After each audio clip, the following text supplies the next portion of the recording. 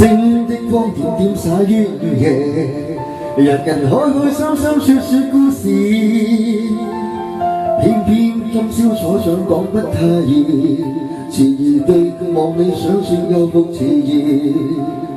秋風將湧起的某夜，遺留他的窗邊有個故事，孤單單的小伙子不顧寂寞，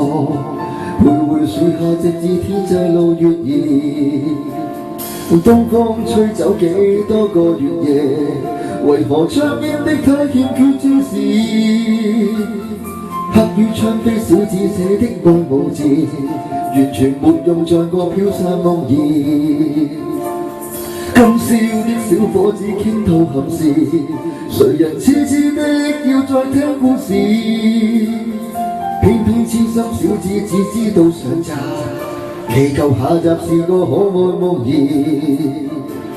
知不知對你獻上萬縷愛意，每晚牙痛心空費盡心思，